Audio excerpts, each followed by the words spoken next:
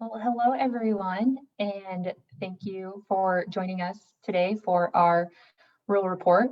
We're going to wait just a couple of minutes to allow some more folks to join our live stream. But while we're waiting, please put in the chat box your name, introduce yourself, and tell us where you're from. And since what we're talking about today is social media for small businesses, we'd also love to hear if you own a business and what it is if you do have one. So we'll wait just a minute or two to let people hop on.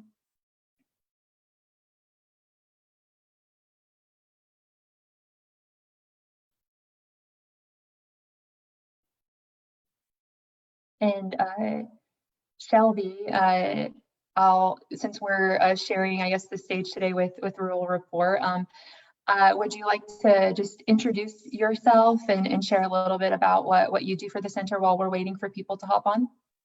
Oh yeah, definitely. Hi there, I'm Shelby Ostrand. I'm the Marketing and Communications Associate here for the Center for Rural Affairs. So I do a lot of the behind the scenes here on Facebook with the posting and all of our social media. So if you're not following, please make sure to follow us.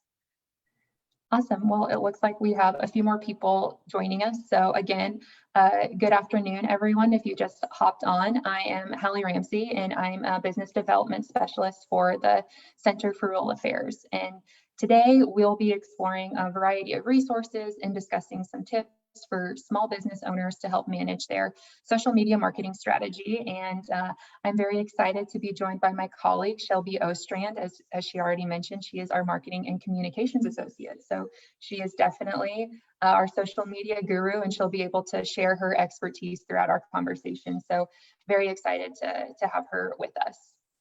And before we dive into our conversation, again, want to remind everybody to say hello in the chat and let us know if you're joining. Our chat box will be monitored by one of our colleagues. And so as you have questions, feel free to jot those down, and we'll be more than happy to answer them either during our live stream or at the end of our discussion. And if you'd like to learn more about the Center for Rural Affairs, please visit our website at cfra.org. And if you are not familiar with the Center for Rural Affairs, or maybe haven't heard of us, we'd love to share some information about organization. So the Center for Rural Affairs was established in 1973 in Northeast Nebraska, with a main office located in Lyons, Nebraska, so in the northeast part of the state. And we're still headquartered there, but we have staff all throughout the state of Nebraska and in neighboring states as well. So our mission, and we exist to build more vibrant rural communities. And we do that through a number of different ways, but today we're going to focus on one program in specific, which you may have heard of referenced as REAP, or our small business program, which stands for Rural Enterprise Assistance Project. And so REAP was started in 1990, and we are committed to strengthening rural communities through small self-employed business development. And we offer 4 essential services to help make that mission happen. And that is through financing options, through our microloans and our microlending program, business training, which typically looks like workshops. And obviously in the era of COVID, a lot of that has been online, but we host classroom-based workshops all throughout the state.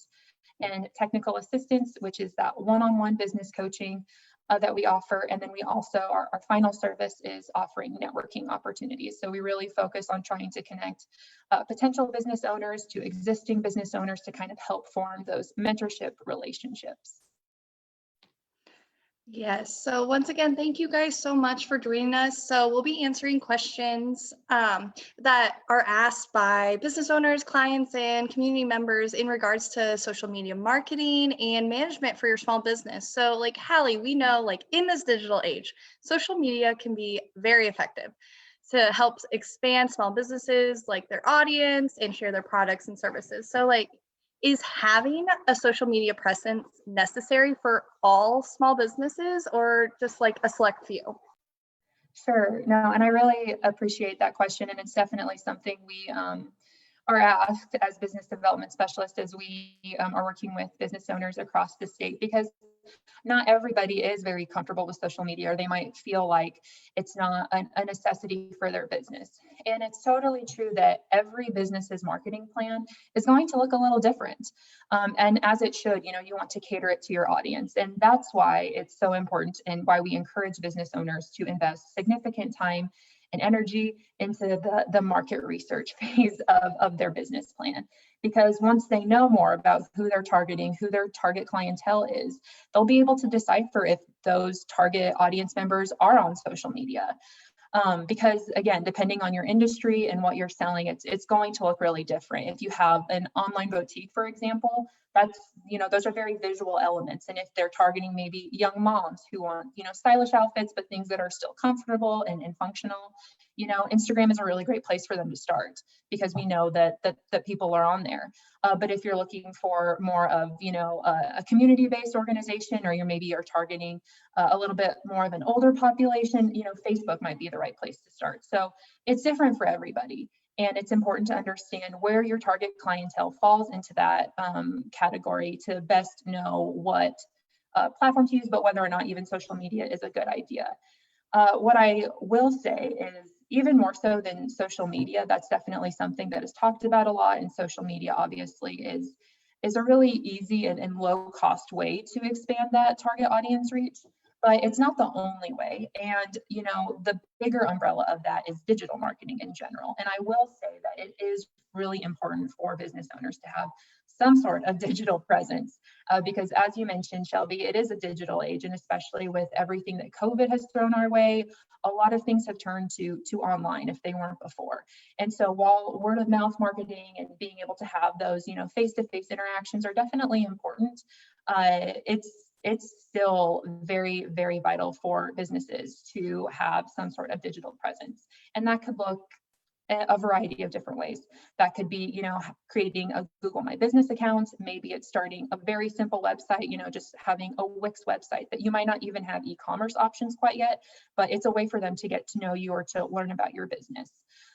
Or starting to blog and understanding what industry trends are and what people are looking for on the internet can kind of help drive some of that traffic to your business. Because studies have shown that, you know, up to 80% of consumers will look on the internet to research the products or services that they're looking for before they go and make that final purchase, which is a significant percentage. So you're missing a huge opportunity to connect with those consumers if you don't have anything for them to look at on the internet. And on top of that, you know, research has also shown that up to 45% of consumers will read a review before they make a purchase at a specific business. So word of mouth can obviously expand not only just to, you know, having those face-to-face interactions, but, you know, those reviews are still somewhat of a word of mouth way to get the news out about your business and the quality of your services. So social media is by no means, or having a large social media following is by no means a requirement to be a successful small business. But I do think that it is really, really important for business owners to understand and develop a digital marketing strategy and having some sort of digital footprint, because consumers have a lot of information right at their fingertips, and they're using it. And so it's a huge missed out opportunity if you don't have some sort of place on the digital space. So that's what I would say, and we'll be sure to put the link to directions to create your Google My Business account into the chat box. So definitely feel free to check that out and look that through if that's something that you haven't heard of before, or something that you think would be a good fit for your business. We highly encourage people to create that, to kind of help get that word out, and again, that digital presence for their business. So Shelby, now that we've kind of talked through what to kind of look for if business owners are maybe thinking of social media marketing, or if they haven't really stepped into it yet, we've kind of covered what they should look for, you know, with market research. But if they've decided, okay, yes, social media seems like something that is definitely doable for me, and that would be good for my business, what insight or tips can you give to small business owners to help them choose the right social media platform for their needs? Because there's certainly a lot to choose from. Yes, definitely. And I love that you talked about target audiences and the market research, because that's like a big indicator. So let's depending on your age range and your audience that you're wanting to connect to. So let's say you're looking, so the biggest people on Facebook and Instagram, the biggest group is 25 to 34-year-olds. So if you're trying to get that target audience, like that's a good place compared to like Twitter and Pinterest, that age group is 30 to 49. And then for LinkedIn, it's 46 to 55.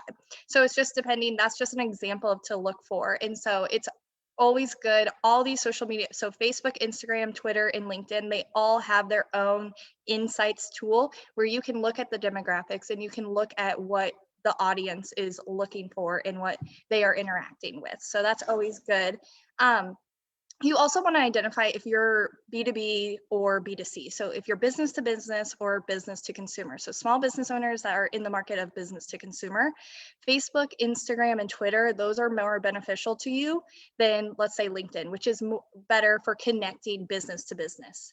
Another thing what we look at is always look at your competition. So they're always a good indicator of, so let's say you're a boutique and you're trying to figure out where should I be posting and everything. Look at a local boutique that you've seen or other ones that you shop at, and they're kind of going to tell you where to go. And then also look at what your goals are. So some platforms align better with what you want to accomplish compared to others. So if you're trying to sell clothing, shoes, or trying to sell stuff, Facebook, Instagram is a way better tool to do that than, let's say, Twitter or LinkedIn. So if you do choose to use multiple social media platforms, there may be a need to use social media management tool type thing. So Hallie, what are some tools that can help small business owners manage these, like their strategy? Yeah, no, thank you, Shelby, for all of that insight. And I really love the idea of kind of looking to what your competition is doing and also trying to find opportunities for collaboration too. If you know of a business who maybe is doing the similar thing to you, but is in a different region, pull together resources and see if you can have a social media campaign together. So those are some really great tips. And when it comes to tools to manage that social media strategy, again, there's a variety of options and we just don't have the time to go through all of them today. So we're going to mention only a few, but definitely do your research and figure out which ones might fit best for the needs that you're looking to fulfill within your social media strategy. But the two social media scheduling apps that we wanted to share with you today are Hootsuite and Agorapulse. And so those essentially are two online apps that will allow you to create or take all of the different platforms that you're using. So for example, if you have a Pinterest, a Twitter, and a Facebook account, instead of having to manually go in and post for every single platform on each day or however often it is you're posting, you can integrate all of those different accounts into one dashboard. And so anybody who has worked with social media can understand that it takes an immense amount of time to schedule out all those posts, especially, we talk about how consistency is really important. And so to do that, it's just a lot easier if you can have an app or a tool like Hootsuite or Agorapulse to help you streamline that process a little bit. So instead of making those posts every other day or every single day, you can kind of schedule them out for the rest of the month and then be done with it. And that allows you to be a lot more strategic. And each of these different apps, they kind of have the same overall function, but there's a few differences between the two. So we're going to put the links to check out both Hootsuite and Agorapulse, and we just encourage you to check those out and see what different plans that they offer. Hootsuite does have a free trial, and then there's 3 different pricing plans. And so I believe that the first pricing plan starts at around $49 a month. And again, there's different features that will be added on with each different pricing plan. And so it kind of depends on how in-depth the results or the reports that you're looking for are. And the same thing with Agorapulse, they have a basic free plan, and then they also have added on benefits to the other plans that they have, and their features or advanced features start at $79 a month. So a little bit more expensive, but Agorapulse is kind of known for better integrating with social media accounts and specifically using hashtags to kind of help you figure out what people are saying in your industry and to kind of keep a tab on what influencers are talking about. So they're both really great tools, pretty intuitive and user friendly, and definitely something worth checking out if you feel like you're at the point that you're kind of juggling a bunch of different platforms and trying to keep up with that. And then the final app that I wanted to share with you all is Canva, which is a really beneficial tool, especially if you don't have a graphic design background. That within itself can be really intimidating if people feel like they have to learn, Adobe Illustrator or Photoshop. It's not necessary. You can still create really great social media graphics and flyers with other tools, and Canva is one that's really heavily used that we find a lot of people really enjoy, because they do have a lot of free features, a lot of free graphics that people can use. And again, it's just a way to create those graphics and those different multimedia sources and different formats in a way that still creates a cohesive brand. You can upload your own photos. You don't have to use all of their graphics, but it's just a really great way to create a bunch of different content in a really efficient manner that isn't very intimidating for people who don't have a graphic design degree or who might not be as well versed in that. So we'll put the link to Canva as well. Highly encourage people to check that out. Again, they have a pretty extensive free plan, but they do have a pro plan that starts at, or that is $120 a year, I believe. So that just offers a few more resources, a few more features, but a lot of the business owners that we work with just use that basic plan and it works great for them. And the final thing, not an app or anything, but just want to remind everybody that there's a lot of opportunities to learn online and to get those free training opportunities, especially now with everything that has transitioned online. There's a lot of ways to learn more about social media marketing from the convenience of your office or from your own home. So definitely look into your home state's Women's Business Center, and we'll put the link to find that as well on SBA's website. You can type in your zip code and it'll let you know where to go. And they'll have probably a variety of different workshops for you to enroll in and learn more about social media marketing. And then SCORE also has a wide variety of workshops, and they also have a SCORE mentor program. So if you're looking for somebody to kind of be your mentor or who might be able to share that piece of advice like Shelby was talking about, those are great resources to look for and kind of begin your journey into learning more about social media marketing and how to kind of make it a more efficient process for you. And Shelby, we've kind of walked through, is social media a good fit for you? If so, what platforms to use? And then what tools can you use to manage that? And so kind of to round out our conversation, what should business owners be looking for in those analytics, on some of the most popular platforms like Facebook, Instagram, Twitter?